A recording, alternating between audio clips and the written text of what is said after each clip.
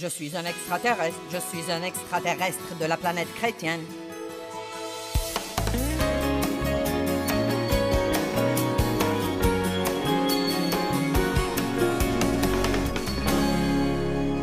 Je fais en ce moment une nouvelle série sur laquelle j'ai travaillé très dur cette semaine, intitulée « Comment être pieux dans un monde impie ». Je crois que c'est un défi de taille que d'aller dans le monde et d'être une personne pieuse, une personne vraiment pieuse, sans donner l'impression d'être une personne religieuse qui n'a pas la moindre idée de ce qui se passe vraiment. Vous savez, la Bible dit que nous devons être dans le monde, mais pas du monde. Mais beaucoup d'entre nous sont du monde et se comportent comme s'ils n'étaient pas dans le monde. Nous flottons sur notre nuage en chantant « l'Alléluia » encore toute la journée. Le Seigneur soit loué, le Seigneur soit loué de toute façon, merci Jésus. Et parfois nous disons des choses vraiment idiotes aux gens qui souffrent. Non mais des choses vraiment idiotes aux gens qui souffrent. Je me rappelle une de mes amies qui était... Elle aimait vraiment Dieu, mais elle avait un caractère religieux tranchant. Et le mari d'une parente à moi est en fait mort. Et je me rappelle que quand mon amie lui parlait, elle essayait sincèrement de la consoler. Elle lui a dit, « Eh bien, tu sais, le Seigneur soit loué de toute façon. » Eh bien, vous savez, cela a offensé ma parente parce qu'elle n'était pas habituée à ce genre de truc. Et nous devons comprendre que nous pouvons nous parler d'une certaine façon, mais que nous devons faire attention à ce que nous disons aux gens qui n'ont pas la moindre idée de ce que nous disons. Nous ne devons pas nous comporter comme des extraterrestres d'une planète qui s'appelle la planète chrétienne. Je suis un extraterrestre. Je suis un extraterrestre de la planète chrétienne. Vous parlez la langue chrétienne et vous portez votre t-shirt Jésus sauve au travail et vous mettez votre casque à écouteurs et vous asseyez dans le coin pendant le déjeuner. Vous savez, vous dites, que suis-je censé faire? Eh bien, vous êtes censé être une lumière brillante dans un monde obscur. Vous êtes censé être ce que vous êtes tranquillement et calmement et merveilleusement et courageusement, sans compromis, mais continuez à être amical et à être une bénédiction avec ceux qui ont besoin de savoir ce que vous savez et qu'ils ne savent pas. Laissez-moi vous dire quelque chose. Le monde est dans une condition désespérée. Ça m'effraie de penser comment les choses se sont détériorées en 50 ans depuis que j'étais adolescente. Juste en 50 ans. Et ce que j'ai vu arriver est incroyable. Incroyable. Vous savez, il y a 50 ans, si quelqu'un n'était pas marié, un homme et une femme, et qu'ils vivaient ensemble, il ne le racontait à personne. Non, mais il faisait tout ce qu'il pouvait pour le cacher. Les gens n'ont pas de problème à vous raconter ça. Non, mais ensuite, il y a eu une époque où ils pouvaient le raconter aux autres, mais pas à des gens comme moi parce qu'ils avaient un certain respect pour les gens dans le ministère et ils savaient que c'était mauvais. Cela ne les dérange plus. Le problème est qu'il n'y a plus trop de choses qui dérangent les gens. Et nous devons veiller à ne pas devenir comme le monde. Il y a trop de mélange, trop de méli-mélo.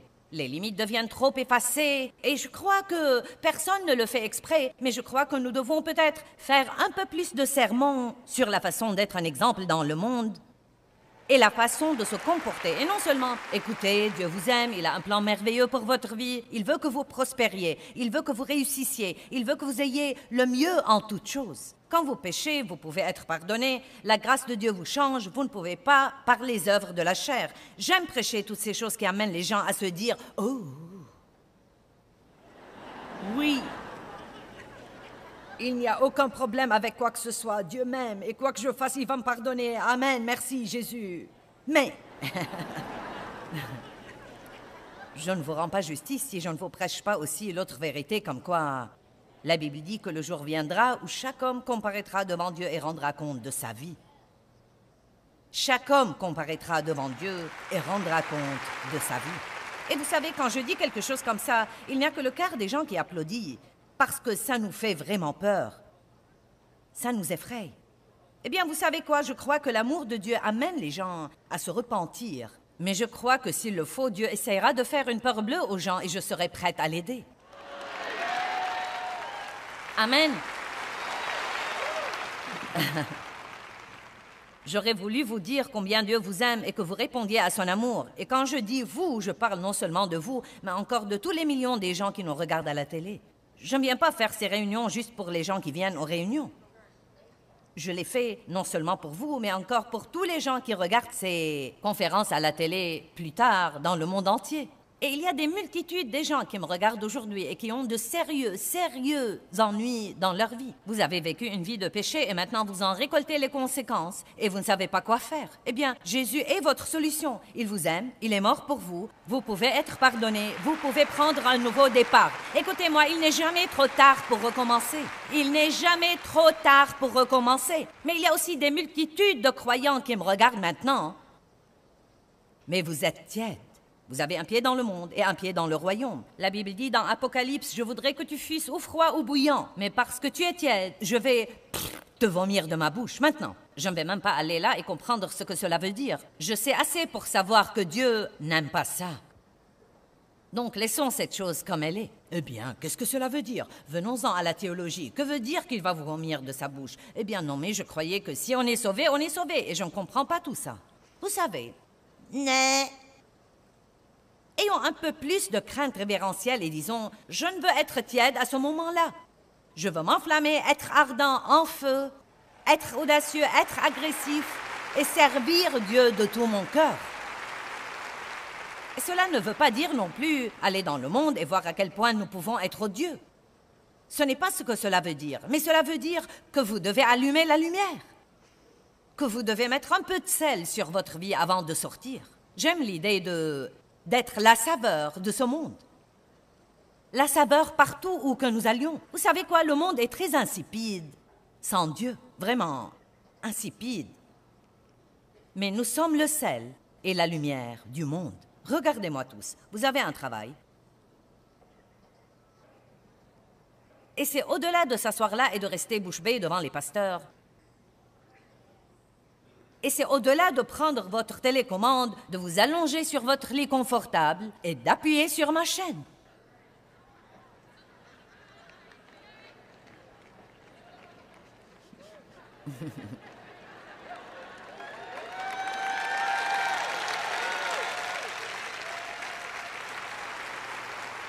Nous apprenons pour mettre en pratique.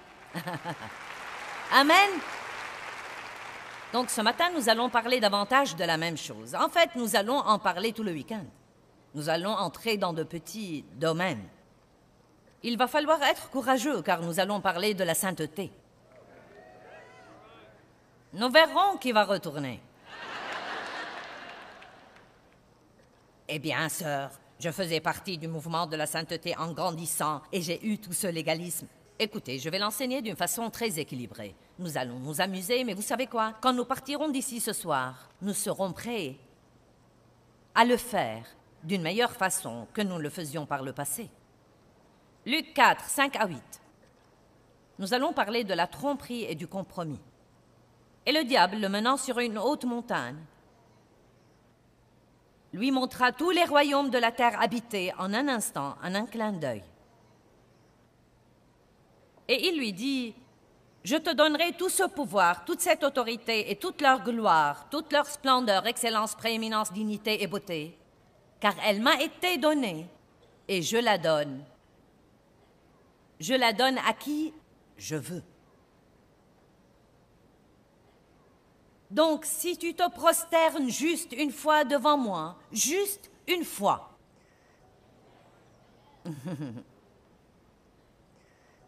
tu auras tout ça. Regardons le verset d'après. Et Jésus lui répondit, « Arrière de moi, Satan. » Allez maintenant, tout dépend de ça. Jésus a été tenté d'accepter un compromis juste une fois pour obtenir quelque chose. Il n'était pas à l'aise à ce moment-là. Je peux te donner le confort. Je peux te soulager de ta souffrance. Je peux tout te donner si tu acceptes un compromis juste une fois, juste un peu. Vous savez qu'est-ce qu'un compromis? Un compromis veut dire aller un peu au-dessous de ce que vous savez être bien. Un petit peu. Un petit peu. Une seule fois. Tout le monde fait ça. Dieu est miséricordieux. Vous serez pardonnés. Combien d'entre vous sont contents que Jésus n'ait pas accepté de compromis quand il a eu cette tentation? Je me demande combien nous compromettons nos vies avec ces petites choses que nous croyons vraiment sans importance. Jésus a dit immédiatement « Arrière de moi, Satan ».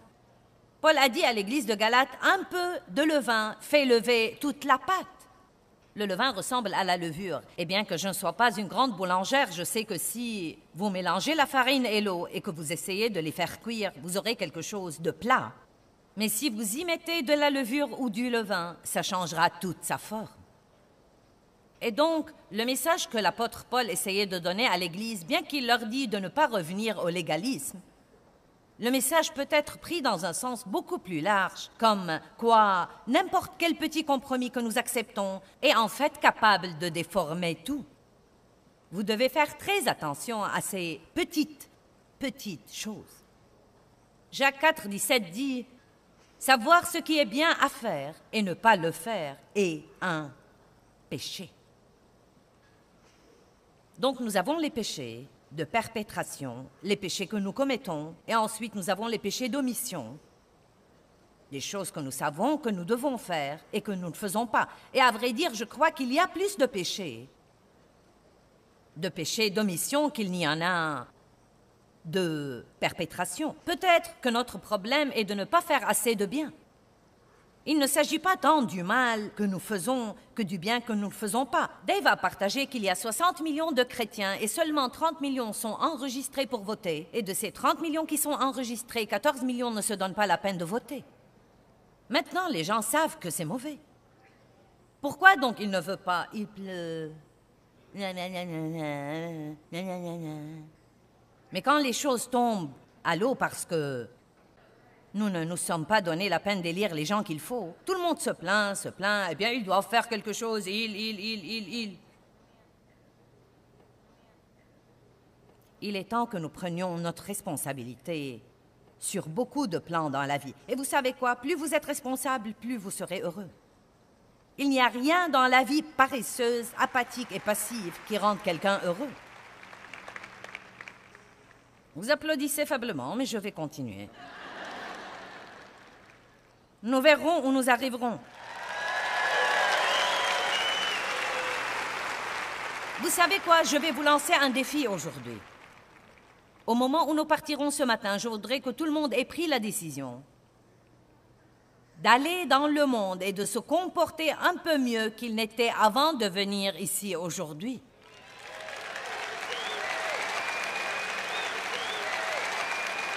Car aussi fréquemment que nous disions, eh bien, Dieu connaît mon cœur. Dieu connaît vraiment nos cœurs et je suis reconnaissante qu'il traite avec nous d'après nos cœurs, mais le monde ne peut voir que nos comportements.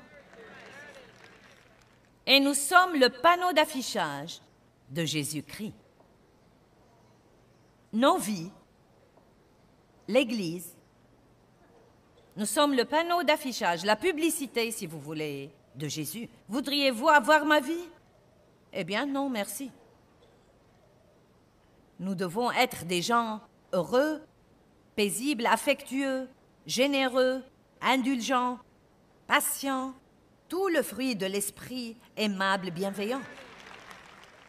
J'ai quelques bonnes personnes au milieu de cette section ici qui... Je crois que vous êtes revenus aux mêmes places. Vous étiez avec moi hier soir aussi. Il n'y a pas une seule personne ici, y compris moi, qui ne puisse prendre la décision de s'élever à un niveau un peu plus haut dans son comportement. Pas une seule personne, aucune de nous. Et ça s'appelle la croissance. Elle ne se produit pas comme ça, sans aucune activité de notre part. Regardons de nouveau Romains 14. Laissez-moi vous effrayer encore un peu. Romains 14, 11 et 12. Aussi vrai que je vis, dit le Seigneur, tout genou fléchira devant moi et toute langue rendra gloire à Dieu. Reconnaîtra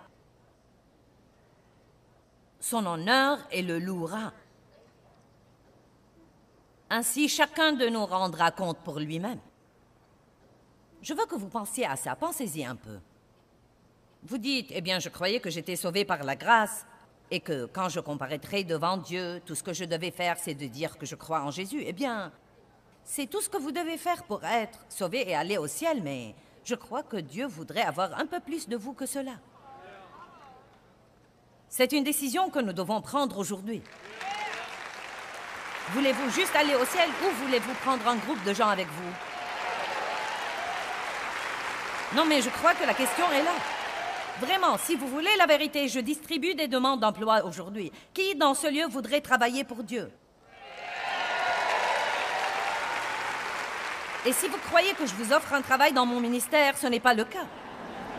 Je dis, qui de vous dans cette salle veut aujourd'hui remplir une demande d'emploi et aller travailler pour Dieu là où vous êtes, dans votre voisinage, dans votre lieu de travail, là où vous faites vos courses, là où vous allez à l'école? Nous devons arrêter d'être pieux, ou une certaine forme de ce que nous croyons être la piété, quand nous sommes avec nos autres prétendus amis pieux. Et ensuite se comporter comme les autres quand nous sortons avec les autres. Est-ce que vous potinez et vous vous complainez à la table du déjeuner comme tous vos collègues non sauvés? Est-ce que vous volez les stylos à billes et vous les prenez à la maison? Passez-vous la journée à jouer sur Internet quand votre patron ne vous voit pas?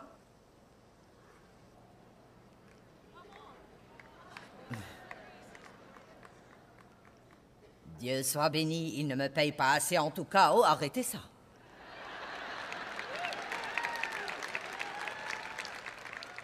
Même s'il ne vous paye pas assez, on ne répare pas une injustice par une autre. Les volets ne va pas vous compenser. Chaque homme comparaîtra devant Dieu et rendra compte. Je ne sais pas ce que vous en pensez, mais je viens de prendre une décision. Je veux que Dieu soit fier de moi.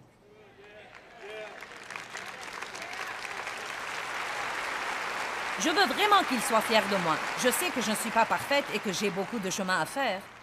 Mais je veux que Dieu soit fier de moi et je veux que Dieu soit fier de vous. Je ne vais pas passer toute ma vie à faire ce que je fais et que je fais depuis 35 ans déjà. Et si je vais vraiment faire ça jusqu'à mon dernier souffle, vous n'allez pas juste vous asseoir là et ne jamais changer. Ce n'est pas comme ça que nous allons conclure l'affaire. Vous feriez aussi bien de vous préparer à changer, sinon vous pourriez arrêter de m'écouter, car ce sera très agaçant de continuer à m'écouter si vous ne voulez pas changer. Je vais vous mettre mal à l'aise si vous ne voulez pas changer. La tiédeur ne va pas marcher. Le compromis ne va pas marcher. Les excuses ne vont pas marcher. L'apitoiement sur soi ne va pas marcher. Oh, alléluia!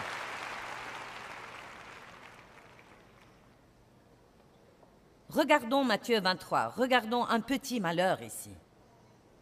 Malheur à vous.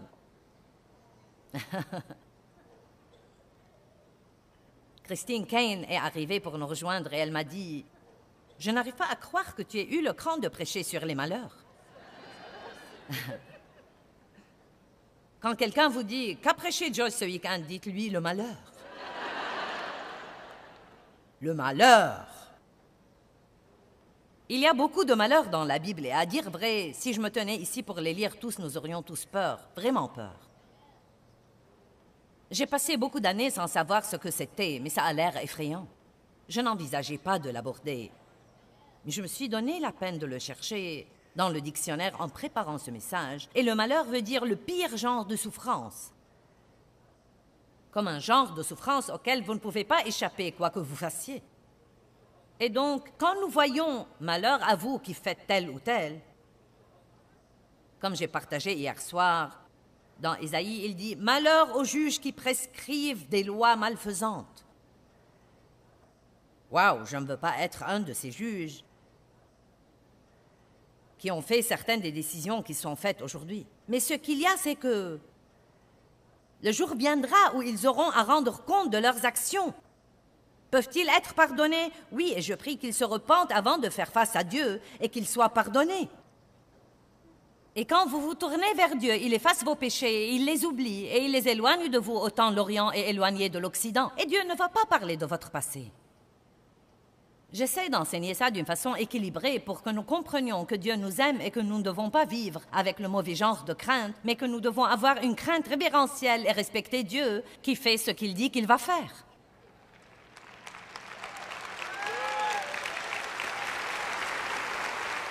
Donc, il y a toutes sortes de malheurs, mais ces malheurs sont pour la foule religieuse. Mais malheur à vous, scribes et pharisiens prétentieux et hypocrites.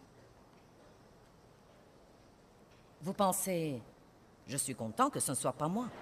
Eh bien, vous savez ce qu'est une personne religieuse? Une personne religieuse, juste pour le mettre en temps simple, serait quelqu'un qui marche au pas à l'église toutes les semaines et qui a transformé sa Bible en un album à colorier. Il surligne tout en rouge et en jaune et en rose. Et je suis moi-même fanat de rose en ce moment. Je me suis acheté de nouveaux marqueurs roses et, mince alors, j'enjolive le tout. Vous voyez ces roses partout sur mon message aujourd'hui. J'aime ça. Et ensuite, quand je deviens sérieuse à propos de quelque chose, vous voyez, j'ai une grande étoile de couleur rose à côté de ça, donc... Oh oh! Cela veut dire que c'est vraiment sérieux. Donc, vous pouvez aller à l'église 3 fois par semaine. Vous pouvez mémoriser les versets. Vous pouvez même surligner votre Bible. Mais comment vous vous comportez dans le monde? Combien de temps vous faut-il pour pardonner quand quelqu'un vous blesse? J'ai dit, combien de temps vous faut-il pour pardonner quand quelqu'un vous blesse? Avec qui êtes-vous fâché? Eh bien, c'est devenu calme. Oh, je ferais mieux de m'asseoir et de bavarder maternellement avec vous. Avec qui vous êtes fâché en ce moment? Non, mais il y a tant de gens qui vont à l'église fâchés tout le temps.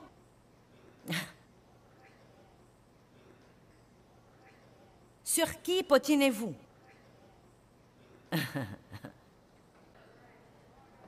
Qui avez-vous jugé et critiqué? Vous vous êtes mêlé des affaires de qui à part les autres?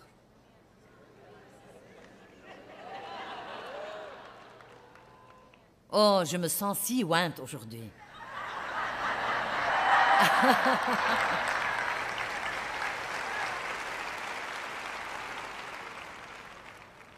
Eh bien, j'ai tant de problèmes dans ma vie et j'ai cru que si je venais à ta conférence, je serais sûrement consolée. Et je vous l'ai déjà dit ce matin, et je ne plaisante pas, je vous aime, je vous aime, je vous aime. Et je veux que vous soyez heureux et que vous ayez la meilleure vie qui soit. Mais ça en fait partie. Et quiconque ne vous parle pas des deux aspects ne vous aime vraiment pas. Il vous prêche quelque chose que vous aimerez et que vous applaudirez parce que ça leur fait plaisir.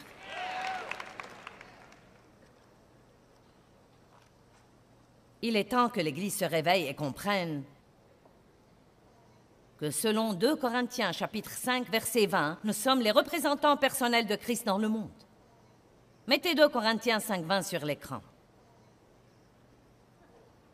C'est un verset étonnant. Nous sommes donc ambassadeurs pour Christ, Dieu exhortant par notre moyen, pour ainsi dire. Comme représentants personnels de Christ, nous vous supplions pour lui de tenir ferme à la faveur divine qui vous est offerte maintenant et d'être réconciliés avec Dieu. Donc il dit, nous sommes les représentants personnels de Christ et par nos vies, Dieu implore les gens, soyez réconciliés avec moi.